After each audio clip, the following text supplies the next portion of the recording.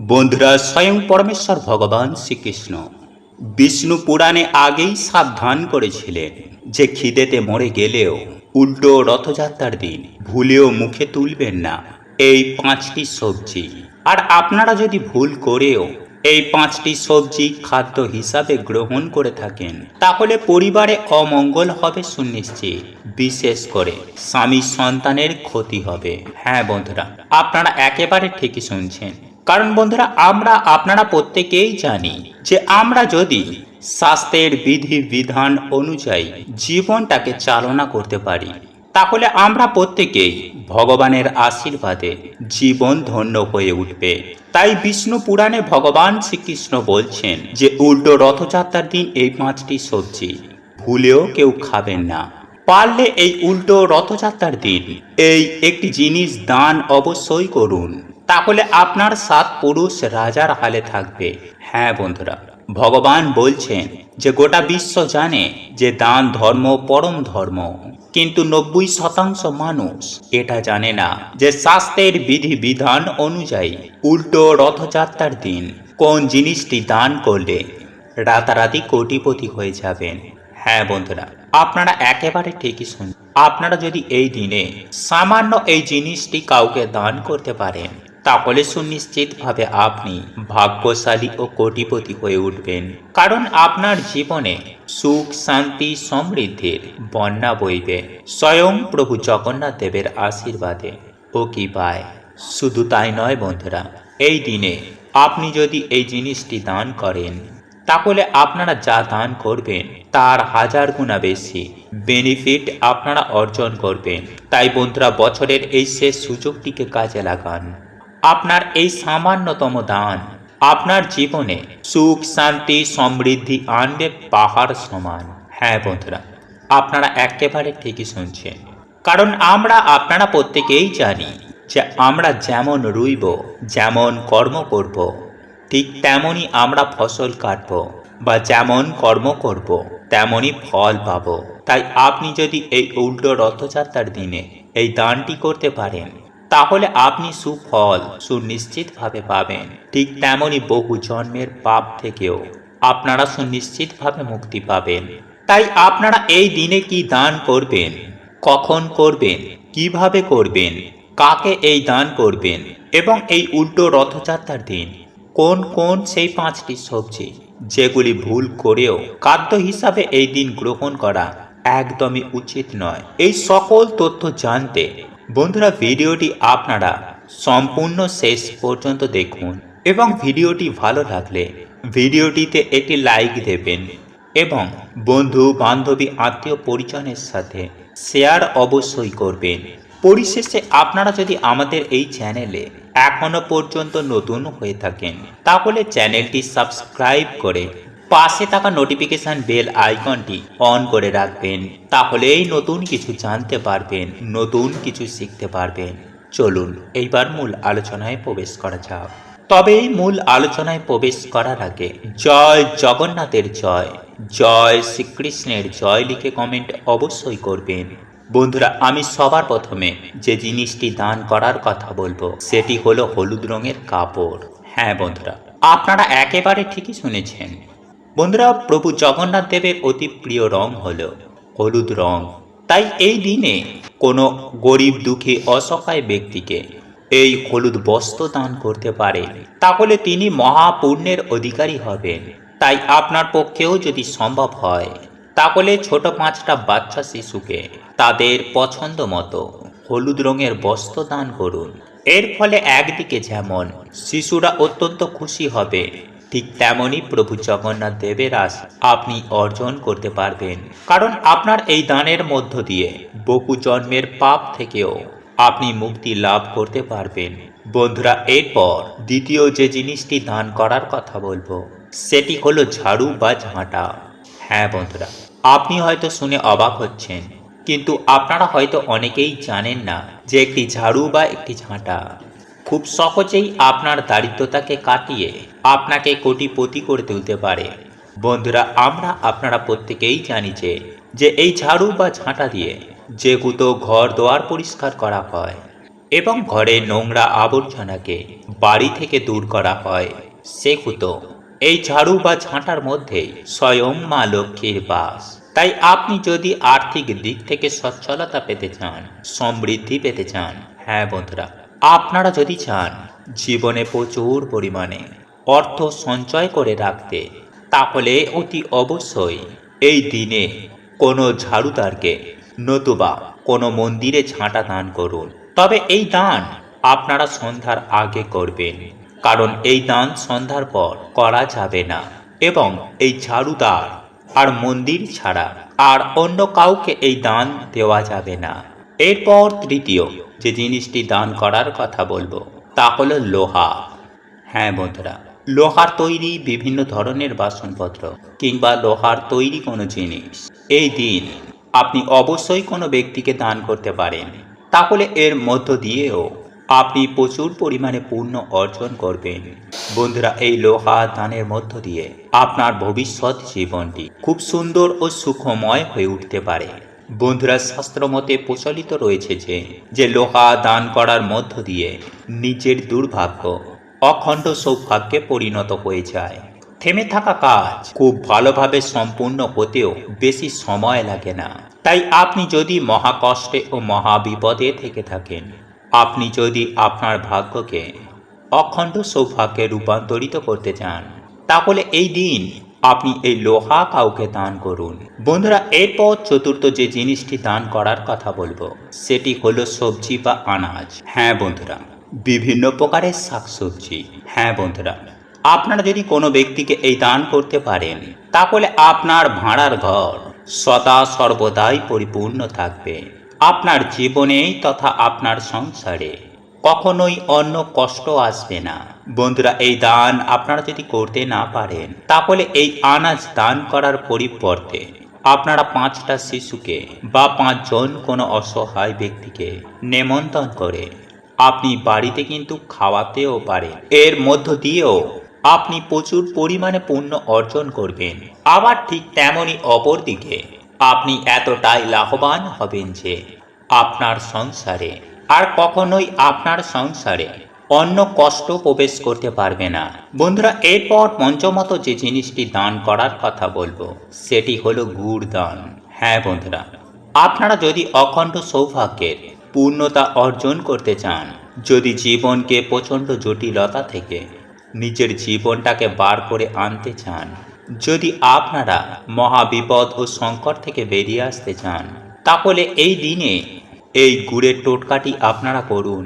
বন্ধুরা, এই দিনে গুড় দান করলে জীবনে ইতিবাচক প্রভাব পড়বে। এমনকি এই দিন গুড় দান করলেও ব্যক্তির আত্মবিশ্বাস বৃদ্ধি হয়। আর্থিক সংকট থেকে শুরু করে পারিবারিক অশান্তি এবং বিভিন্ন রকম দুশ্চিন্তা থেকেও সুনিশ্চিতভাবেই মুক্তি লাভ করা সম্ভব কেবলমাত্র সামান্য এই গুড় দানের মধ্য দিয়ে। একই সঙ্গে কর্মক্ষেত্রে নানান সমস্যার সমাধান হয়ে যাবে। যাই হোক বন্ধুরা, এইবার আমি আপনাদেরকে সুন্দরভাবে জানিয়ে দেব উল্টো রথযাত্রার দিনটি গৃহস্থ বাড়ির জন্য অত্যন্ত গুরুত্বপূর্ণ একটি দিন। কারণ এই দিনে প্রভু জগন্নাথ, যিনি জগতের নাথ, তিনি মাসির বাড়ি থেকে নিজের বাড়িতে ফিরে আসবেন। তাই শাস্ত্র মতে মনে করা হয়, প্রভু যেহেতু জগতের নাথ, তিনি জগতের প্রত্যেকটি পরিবারে, প্রত্যেকটি গৃহস্থে, প্রত্যেকটি সংসারে তিনি বিরাজমান। তাই প্রভুকে নিজের গৃহে স্বাগত জানাতে, নিজের গৃহে চিরস্থিত করে রাখতে কিছু উপায় উপাচার আমাদের প্রত্যেকের করা প্রয়োজন, যাতেই প্রভু জগন্নাথ আমাদের বাড়িতে চিরস্থায়ী নিবাস করেন।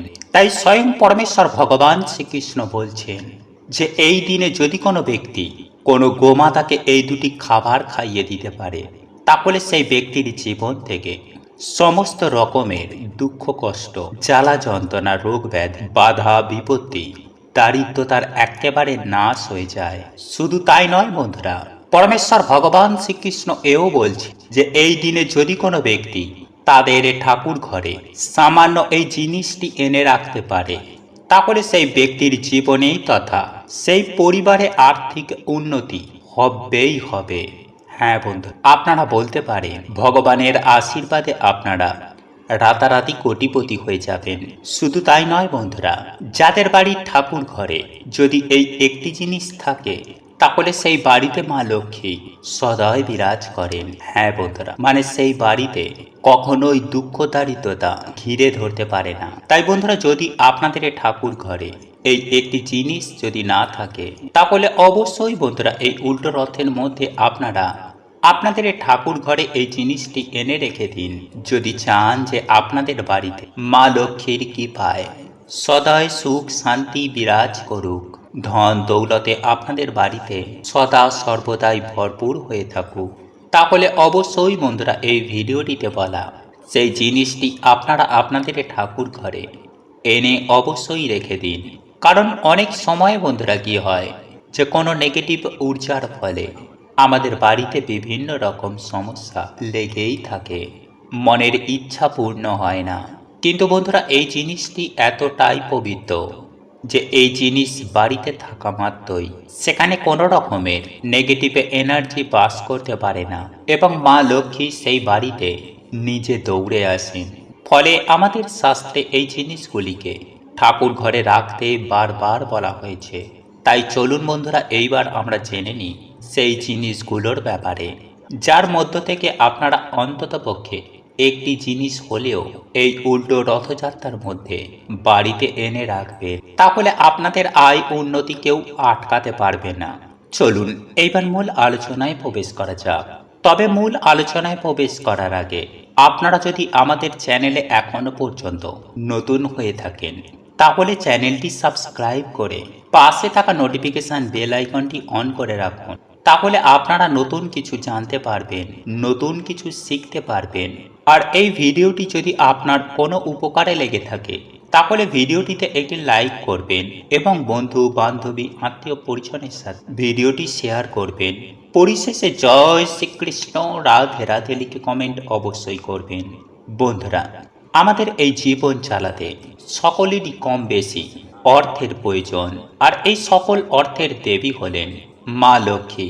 তাই যে বাড়িতে মা লক্ষ্মীর কৃপা নেই, সেই বাড়িতে আর্থিক উন্নতি কখনোই হয় না। তাই প্রত্যেক বাড়িতে মায়ের আগমনের জন্য প্রথমত যে জিনিসটি আপনারা সিংহাসনের পাশে রাখবেন তা হলো আতপ চাল। হ্যাঁ বন্ধুরা, আপনারা একেবারে ঠিকই শুনছেন। আপনারা আপনাদের বাড়ির ঠাকুর ঘরে সিংহাসনের পাশে একটি হলুদ কাপড়ের মধ্যে কিছুটা আতপ চাল পুটুলি করে সর্বদাই রেখে দেবেন, কারণ মায়ের প্রতীক হচ্ছে এই আতপ চাল। বন্ধুরা, যে বাড়িতে সিংহাসনের পাশে আতপ চাল থাকে সেই বাড়িতেই সদা সর্বদাই মা লক্ষ্মী বিরাজ করেন। এবং যদি এই আতপ চাল যদি কোনো শুভ দিনে কিনে বাড়িতে রাখা হয়, তাহলে বাড়ির বাস্তুর জন্য বন্ধুরা খুবই ভালো ফল প্রদান করে। তাই উল্টো রথযাত্রার মধ্যে বন্ধুরা আপনারা অবশ্যই আতপ চাল কিনে বাড়ির সিংহাসনে রেখে দেবেন। নাম্বার 2, লক্ষ্মী কড়ি।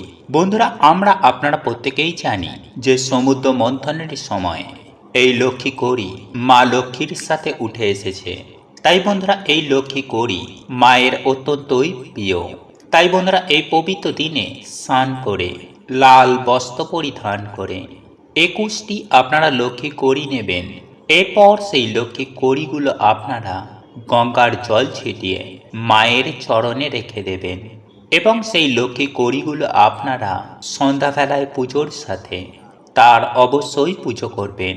পুজো অর্চনা হয়ে যাবার পর আপনারা একটি লাল বা হলুদ কাপড়ের মধ্যে সেই লক্ষ্মী কড়িগুলোকে বেঁধে আপনাদের বাড়ির যে প্রধান দরজা রয়েছে সেই দরজার মাথার ওপর দিকে টাঙিয়ে দিন। কিন্তু বন্ধুরা এই প্রক্রিয়াটি করার সময় যেন আপনাকে কেউ না দেখে, এই বিষয়টি কিন্তু আপনারা একটু মাথায় রাখবেন। বন্ধুরা, এই উপায় বা ক্রিয়াটি আপনারা যদি এই দিন সঠিক নিয়মবিধি মেনে পালন করতে পারেন, তাহলে আপনারা বিশ্বাসও করতে পারবেন না যে আপনারা কি উপকারটাই না পাবেন।